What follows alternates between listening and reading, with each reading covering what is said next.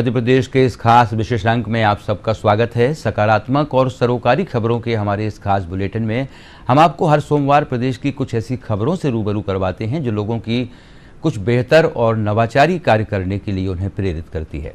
आज के हमारे गुड न्यूज़ बुलेटिन में सबसे पहले बात होगी कटनी की, जहां जिला प्रशासन ने जन सहयोग से विभिन्न छात्रावासों और सरकारी स्कूलों में पुस्तकालयों की स्थापना करवाई है। वहीं बात करेंगे टीकमगढ़ के एक सफल किसान की जिसने महज 2 एकड़ जमीन में लाखों रुपए की कमाई की है। और बात होगी लाहिरी बाई की जो मोटे अनाज के बीजों के संरक्षण और संवर्धन की दिशा में उल्लेखनीय काम कर रही है। तो आइए शुरू करते हैं आज का गुड न्यूज बुलेटिन।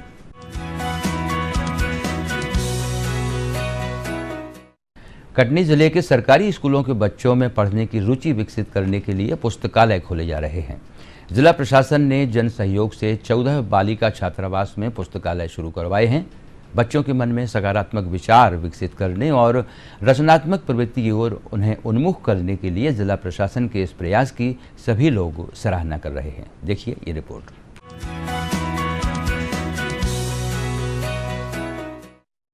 पुस्तक व्यक्ति की सबसे अच्छी दोस्त होती है। पुस्तक पढ़ने से न सिर्फ ज्ञान वृद्धि होती है बल्कि रचनात्मक सोच को नई दिशा भी मिलती है। विद्यार्थियों को पुस्तकें पढ़ने के लिए प्रेरित करने के हेतु कटनी में पुस्तकालय खोले जा रहे हैं। जिला प्रशासन ने यहां कस्तूरबा गांधी बालिका विद्यालय, बालिका छात्रावास एवं आदिम जाति कल्याण विभाग के हॉस्टल में पुस्तकालयों की स्थापना की है। जिला कलेक्टर अभि प्रसाद द्वारा प्रारंभ की गई इस नई पहल को प्रभावी बनाने के लिए शहरवासी भी आगे आए हैं। वहीं छात्र भी इस पहल का स्वागत कर रहे हैं। हमारे यहाँ लाइब्रेरी खुली है, कलेक्टर साहब ने टीवी भी दी है। हम उसमें कल गांधी जी की फिल्म देखे थे। हमें देखे थे कैसे गांधी जी ने देश आज़ाद कराया और हमें तरह तरह का ज्ञान मिलता है। कहानियाँ भी देखते हैं टीवी में और हमें आनंद आता है। हमारे यहाँ 5 जनवरी 2023 को उद्घाटन हुआ था जिसमें कलेक्टर सर आए थे। उन्होंने उद्घाटन भी किया। हम लोगों को उपहार में एक टीवी दी जिसमें हम लोग आनंद रोज कहानी पढ़ते हैं तरह तरह की। जिला प्रशासन के मार्गदर्शन में हमने अपने स्टाफ के साथ मिलकर के एक पुस्तकालय का स्थापना की है यहाँ पर। और इस पुस्तकालय को देख कर कलेक्टर साहब 5 जनवरी को यहाँ आए थे और उन्होंने पुस्तकालय का उद्घाटन किया। उन्हें पुस्तकालय पसंद आया। उन्होंने हमारे बच्चों की मांग पर एक हमें टीवी देने का वादा किया था, जो कलेक्टर साहब महोदय ने वहाँ पर हम लोगों को बुला करके हमें एक टीवी दिया। उस टीवी की हमने यहाँ पर लगवाई है और उससे हमारे बच्चे मनोरंजक कहानियाँ और पाठ्य पुस्तक का बहुत सारा मैटर यूट्यूब पर लगा देते हैं हम लोग, तो बच्चे उसे देखते हैं और ज्ञानवर्धन करते हैं। फिलहाल जिले के 14 बालिका छात्रावास में जन सहयोग से पुस्तकालय शुरू करवाए गए हैं। पुस्तकालयों में बच्चों के लिए रुचिकर कॉमिक्स के साथ सामान्य ज्ञान और स्वस्थ बाल साहित्य उपलब्ध है। पुस्तकालय में लगभग 50 कुर्सियों के साथ किताबें रखने के लिए 2 बुक शेल्फ एवं 2 बड़े टेबल लगाए जाएंगे, जिन पर पढ़ने हेतु प्रतिदिन किताबें डिस्प्ले की जाएंगी। विद्यालय से छात्रावास लौटने के पश्चात अथवा रात्रि भोजन के पश्चात आधा से 1 घंटे तक छात्राएं पुस्तकालय में किताबें पढ़ती हैं। पुस्तकालय के उद्घाटन के समय जिला कलेक्टर ने बच्चों से संवाद कर उन्हें पढ़ने के लिए प्रेरित किया। कक्षा 6 से 8वीं की जो बालिकाएं होती हैं और वो जो सरकारी छात्रावासों में रहती हैं, उनके लिए हम लोग एक पुस्तकालय छात्रावास में ही खोल रहे हैं। इसका लाभ ये होगा कि इन बच्चियों के पास समय रहता है, क्योंकि छात्रावास में रहती हैं और कई बार सुरक्षा की दृष्टि से बाहर नहीं निकल पाती, तो एक कम उम्र में ही हमारे पाठक तैयार होंगे। और प्रयास ये है कि ये जो पुस्तकें हैं न सिर्फ इनका ज्ञानवर्धन करें, बल्कि ये संदेश भी जाए कि पुस्तकें जो हैं वो मनोरंजन का भी एक बहुत महत्वपूर्ण साधन है। और इनको सुरुचिपूर्ण बनाने के लिए हम लोग ये प्रयास करेंगे कि कुछ लेखक समय समय पे जाके उन बच्चियों से बात करें। कभी कभी किताबों पर आधारित हम लोग नाटकों का वहाँ मंचन करें। और उसके साथ ये भी है कि कभी कभी हम लोग स्थानीय कलाकारों के द्वारा कठपुतली से भी उन किताबों की कहानियों को जीवंत करें। रिसेंटली कलेक्टर श्री अभि प्रसाद जी के द्वारा एक माध्यमिक स्कूल का औचक निरीक्षण किया गया था। वहाँ के बच्चों की लाइब्रेरी बहुत अच्छी थी। वहाँ पे कलेक्टर सर ने हमसे अनुरोध किया था कि एक CSR एक्टिविटी के लिए इनको एक स्मार्ट टीवी प्रदान किया जाए। जो हम लोगों ने उन बच्चों को एक स्मार्ट टीवी कलेक्टर सर के द्वारा प्रदान करवाया गया, ताकि बच्चों को ई लर्निंग के द्वारा और वो आगे बढ़ सकें और नया नया अध्यापन का कार्य सीख सकें। कटनी जिला प्रशासन द्वारा पुस्तकालय खोलने के इस प्रयास में नागरिक सहभागिता भी प्रशंसनीय है। पुस्तकालयों की स्थापना से विद्यार्थियों में पठन संस्कृति के विकास के शुरुआती संकेत मिलने लगे हैं। इस नई पहल को प्रभावी बनाने हेतु समाजसेवी नागरिकों से सुझाव भी मिल रहे हैं। वहीं पुस्तकालय शिक्षा के क्षेत्र में कार्य करने वाली कई स्वयंसेवी संस्थाएं भी इस मुहिम से जुड़ रही हैं। कटनी से राकेश चतुर्वेदी के साथ bureau report, DT news Bhopal.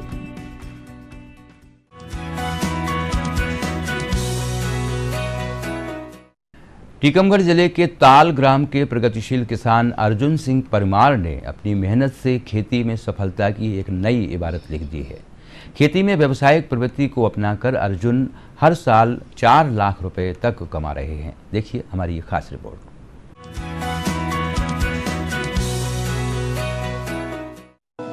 Tikamgarh के किसान अपनी मेहनत से खेती में सफलता की नई कहानी गढ़ रहे हैं। मौसम की मार और खेती के जोखिमों को पीछे छोड़ यहाँ के किसान अब खेती को लाभ का धंधा बना रहे हैं।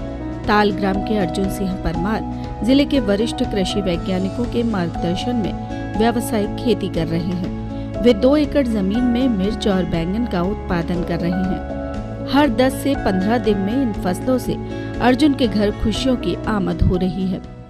मैंने पिछले साल बहुत पहले से हम फसलें कर रहे हैं, गेहूँ, चना, सरसों, लेकिन क्या है मौसम साथ नहीं देता था तो बहुत ज़्यादा नुकसान होता था, है ना। तो इसके बाद हम पिछले साल बड़े गांव गए थे देखने में, प्रजापति जी के यहाँ पे, तो वहाँ हमने देखा कि वो बागवानी सब्जी की खेती कर रहे हैं। तो उनसे प्रेरणा लेके फिर हमने पिछली साल तैयारी की और फिर मैंने जुलाई माह में यहाँ पे ड्रिप मल्च पे मिर्ची और बैगन, 1 एकड़ में मिर्ची लगी हुई है और 1 एकड़ में बैगन लगा हुआ है अपना। अभी तक हम मिर्ची लगभग 1,80,000 से 2 लाख रुपए तक की मिर्ची बेच चुके हैं और 1,60 से 1,80 के बीच में हम बैगन बेच चुके हैं अभी। और लगभग आशा है कि 1-1 लाख रुपए और थोड़ा अपन निकाल लेंगे इसमें। तो इसमें हमें काफ़ी अच्छा लाभ मिला है और मौसम की भी कोई परेशानी नहीं है। पानी हमारा कम लगता है, मतलब दिन में सिर्फ हमें 1-1 घंटे पानी चलाना पड़ता है, बाकी हमारा पूरे दिन पंप बंद रहता है ना। पिछले साल मतलब जो फसलें थी हमारा 24 घंटा पंप चलता था, जब भी लाइट आती थी हमेशा पानी चलाना पड़ता था। इसमें पानी की भी बचत है और बाकी सब चीज़ों की बचत है। आर्थिक रूप से हम संपन्न भी हो रहे हैं क्योंकि बीच बीच में पैसा आता रहता है, तो आर्थिक तंगी नहीं आती है हमें।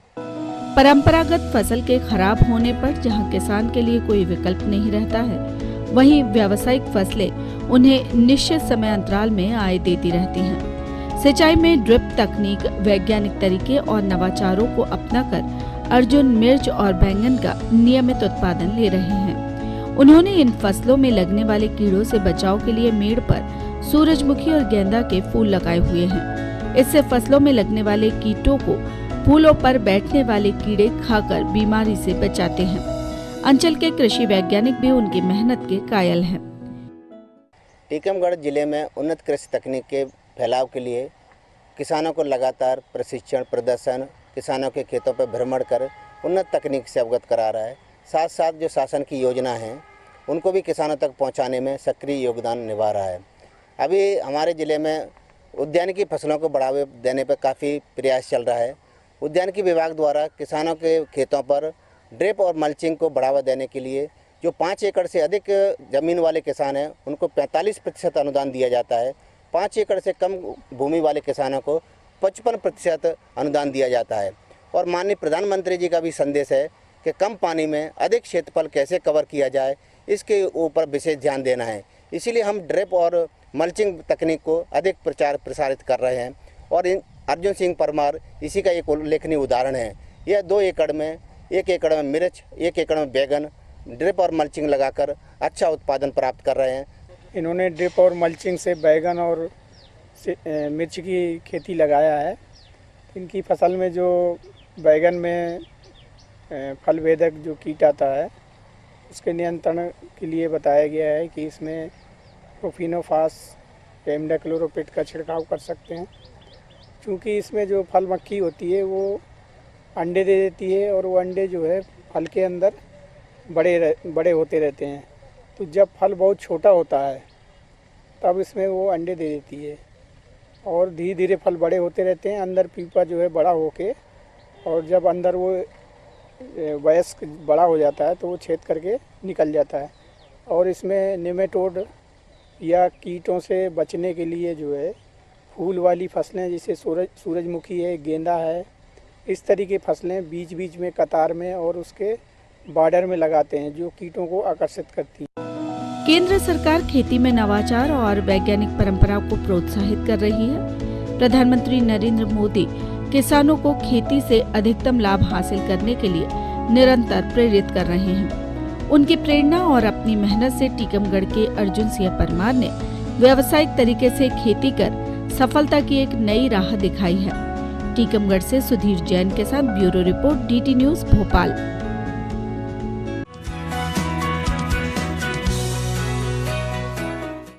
डिंडोरी जिले की लाहिरी बाई को मोटे अनाज यानी मिलेट्स का ब्रांड एम्बेसडर बनाया गया है। प्रधानमंत्री नरेंद्र मोदी ने ट्वीट करके लाहिरी बाई को इस उपलब्धि के लिए बधाई दी है।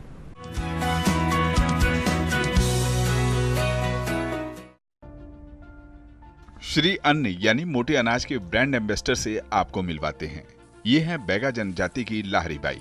मध्य प्रदेश का डिंडोरी जिला और उसका सिलपदी गांव इनका पता है। आसपास के क्षेत्र में इनका पता मोटे अनाज के बीज भंडार के रूप में बन चुका है।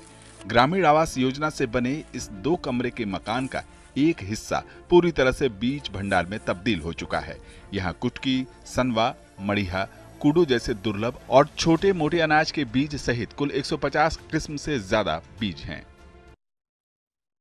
हमारे यहाँ जो बीज बोते थे वह विलुप्त हो गए थे, जिन्हें बचाने के लिए हमने विलुप्त हुए बीजों को अन्य गांव से लेकर आए और उनका उत्पादन किया।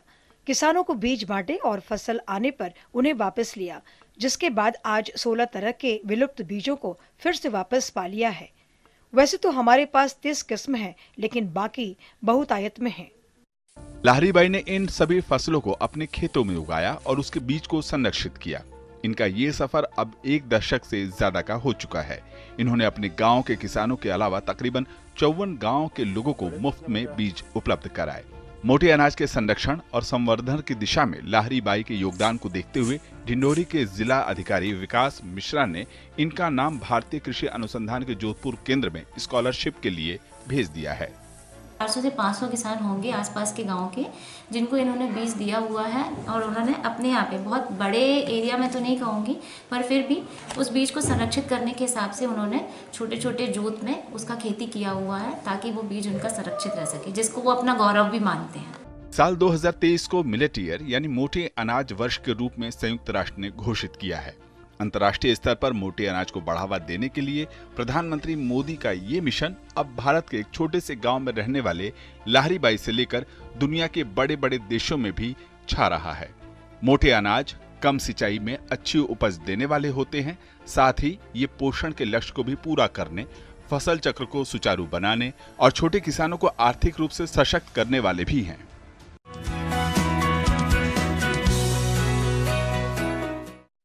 हमारे इस खास सेगमेंट में आज बस इतना ही। आप हमारे इस कार्यक्रम से जुड़े सुझाव या कोई जानकारी हमें हमारे ईमेल goodnewsddnewsmp@gmail.com पर भेज सकते हैं। फिलहाल हमारे बुलेटिन में इतना ही। अगले हफ्ते फिर आपसे मुखातिब होंगे, तब तक के लिए आज्ञा दीजिए। नमस्कार।